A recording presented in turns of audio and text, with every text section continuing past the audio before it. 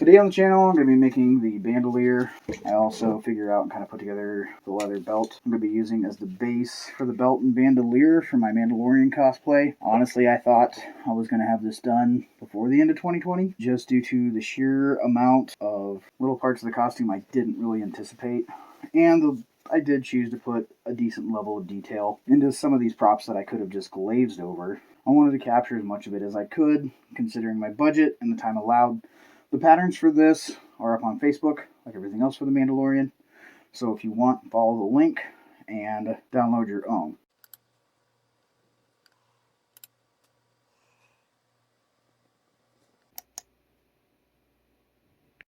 Alright, first thing is, this is a leather belt I'm going to repurpose for this cosplay. It's pretty worn. It was damaged. I've already had to repair it, but this buckle looks nothing like what he has. So I want to not cover the whole thing, but give the impression that it's something that it's not. And I still want this to function. So the first thing I need to do is get an impression of this. And EVA foam is pretty easy to make an impression in, even if you don't have heat. With this piece of 6mm EVA foam that is just some scrap from a previous build. I don't ever throw away my scrap. I save it all. I never know when I'm going to use it. I'm going to take and just apply some force and pressure to get the impression and outline there of this buckle and the two into this foam, so I know where to draw around. Okay, I ended up having to put another layer of 6 to get this on, and I just cut out the center and angled the edges a bit and glued it offset so that I can still get the belt through. Now this isn't something I would recommend, which is why I didn't actually film the process of me making it. I'm just showing you what I do because I'm taking something old and I am repurposing it basically. But how it will work is the belt will go in through there. I have a loop to hold the excess on the back, and then I have Velcro so that it won't come any looser than whatever I adjust it to. Next, I'm going to move on to the bandolier. Since this is one of the bigger pieces, the bandolier and the holster. I already made the holster in another video, of course, but for the bandolier, the pattern itself is basically just this piece here. And from there, you're just going to extend it with a straight edge as far as you need to go up over your shoulder. Now, I'm not making this to connect directly all the way back to the belt. A, it's a waste of EVA foam. B, I'm going to have a back plate and a rocket pack. So I'm not even sure if I'm going to attach this to the other side of the belt. It may just go up over my shoulder, over my armor, underneath the cape, and then Velcro on the back plate or Velcro on the actual rig I made that will hold the pauldrons, chest plate, back plate, and rocket pack. I did all this with 6mm EVA foam, and I heated it and put a gradual curve, and then I figured out where it went over my shoulder, and I put more of a direct curve in that. Like I say, the cape is going to be going over this. You won't even probably see any of this, but I'm still going to finish it to an extent. I did not have a roll. I only had sections of 6mm. So I just took those sections and glued them together to make it long enough to fit on me. Next, I'm going to start layering on some 2mm EVA foam. And I'm going to start the 2mm about right here. So I have enough space for this to have Velcro so I can attach to the back side of the belt. And I'm going to layer on a couple more pieces. These are essentially the same width. They're about 1 millimeter smaller, just so there's a little bit of an edge sticking out. I'm going to contact cement all these on. Okay, I have glued on my 2mm pieces. And the next thing I'm going to start doing is cutting out length of this 1/2-inch CPVC.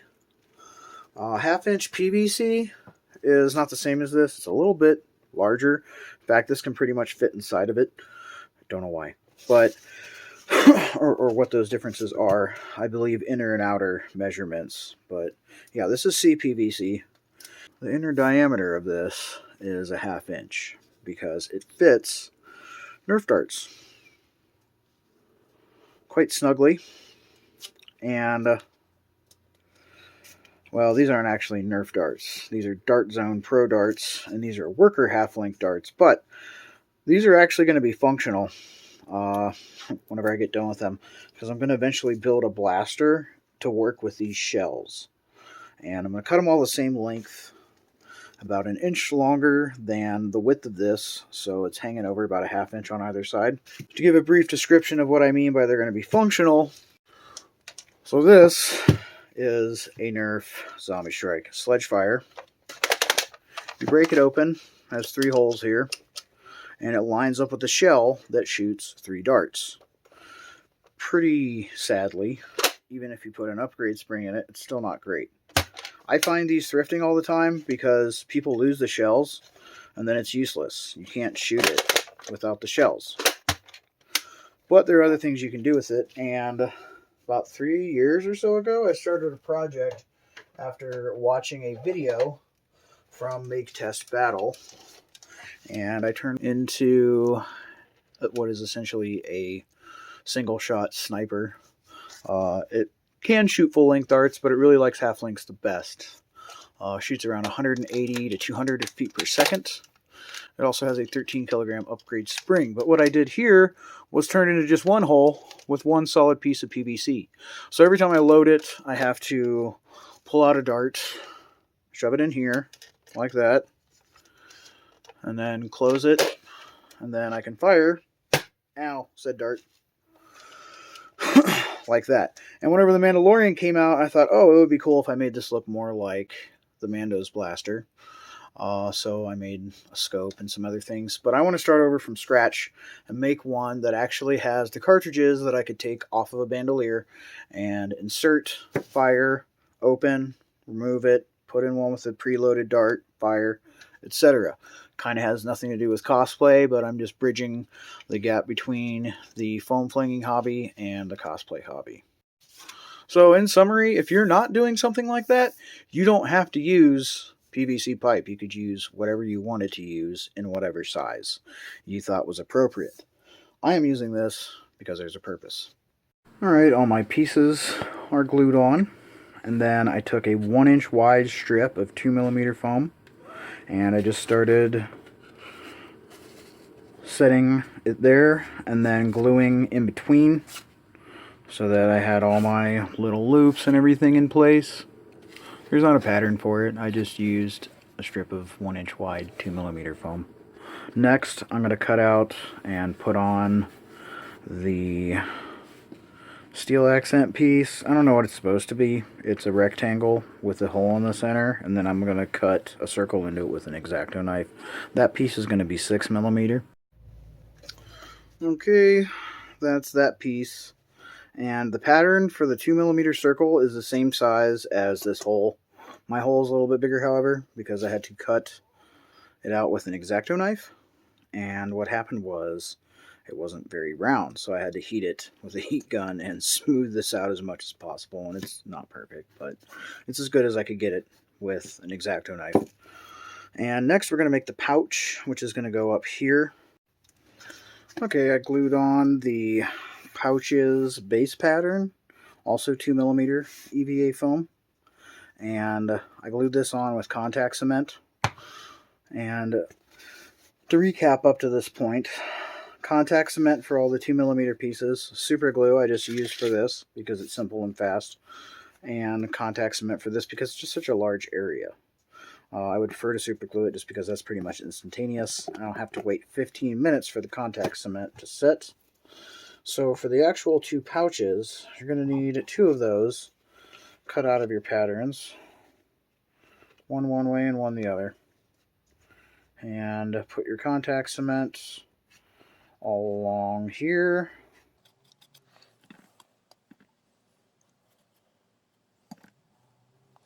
Along the outside edges on both pieces. And then you're also going to need some up here. on the inside, and then on the back here. Now that I've applied my contact cement, I'm going to let it sit for 15 minutes and then come back and show you how to glue these together. Okay, I'm going to fold each side over like that.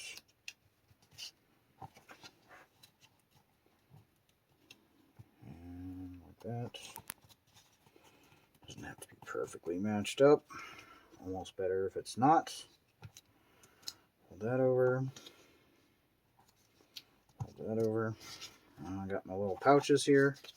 I'm actually going to get glued like that. Side by side. Onto here.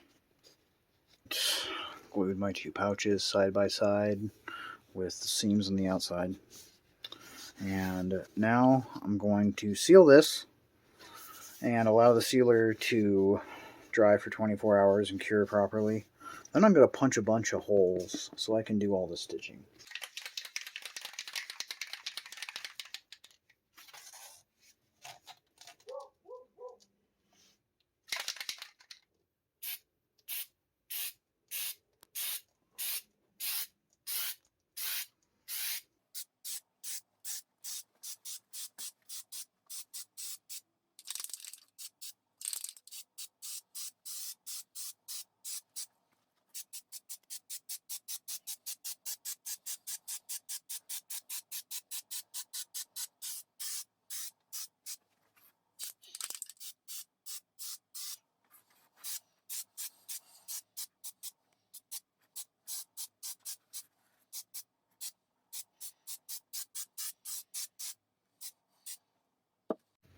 Alright, this has had adequate time to dry and has pretty good texture on it.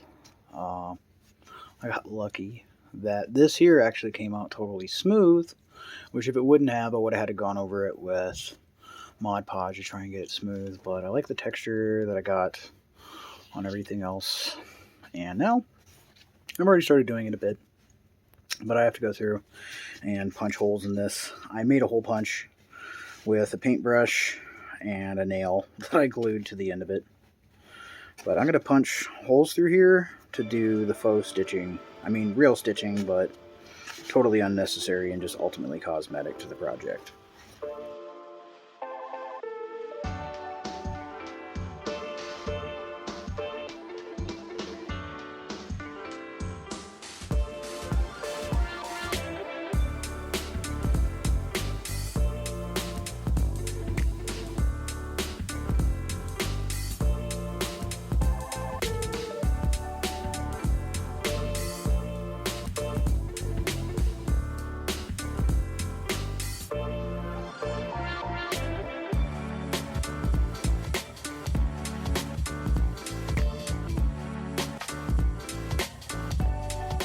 Alright, I've got all my holes in, and it didn't damage the finish too much. I'm going to have to go back through and paint all this black, but now I'm going to start stitching this up. I'm just going to loop through like this, just going down with a straight stitch. This is that thing I didn't want to do on the Batman cowl. Partly because I couldn't see the stitches. Now that I actually have seen stitches on the cowl, I'm glad I didn't. They're much more complicated than this, and mine would have looked pretty lame and amateurish in comparison. But yeah, I'm going to stitch this up, and then once that's done, I'm going to go ahead and paint this black. So if you're painting yours like I am, I suppose it doesn't matter what color thread you use. Alright, I got all my stitching in where I punched all the holes. And like I say, the holes, you can see the foam through this. So I'm going to go ahead and paint this up black again. Alright, it's been turned black, and I've already started painting it. And I made a holster in a previous video, and all I did was take it up to sealing the actual foam with the same stuff I sealed this with. And I painted it too, so that it'll all look like leather. And for that, I'm just using some moccasin brown and a paintbrush, and I just dab a little bit on it and just kind of spread it out and dry brush it in. And I started a little bit here so you can see the contrast and the difference between the two. But yeah, I'm just going to continue to do that all along with it.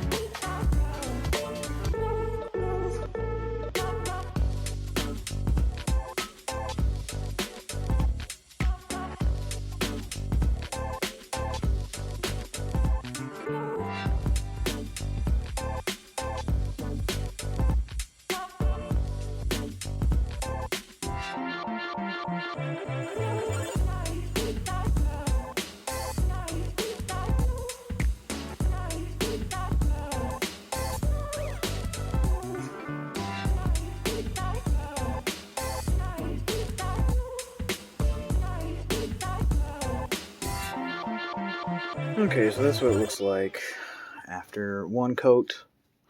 Now, as far as the second coat goes, I did put a second coat on this, but a lot of the second coat is just me putting it on a little bit thicker in areas where I feel like it would be lighter, and leaving a little darker in recessed areas where grime would kind of get in, and doing kind of just the same thing around there. And I'll do the same thing on this.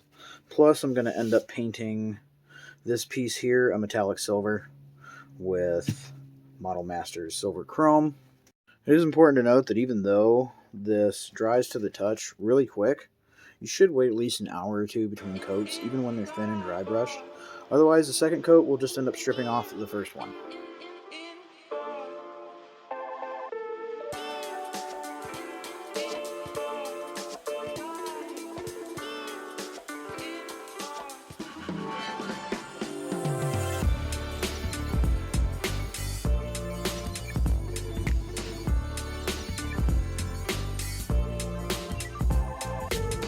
Done painting it. 2 layers of dry brush moccasin brown and Model Master Silver Chrome there. I'm going to now take the masking off. I put this on to cover the area where I'm going to put my velcro, which will attach to the back side of the velt. And next, I'm going to take and seal this in with some Mod Podge and a brush, but I'm going to do a very, very, very thin layer, putting it on as thinly as I can. I don't want it super glossy, I just want to seal in my paint against wear and tear. I also took my Dremel rotary tool here, and I rounded off this edge a little bit, since as I'm wearing this part here is going to end up rubbing against my Mando chest plate armor, and I don't want any sharp edges to catch on that.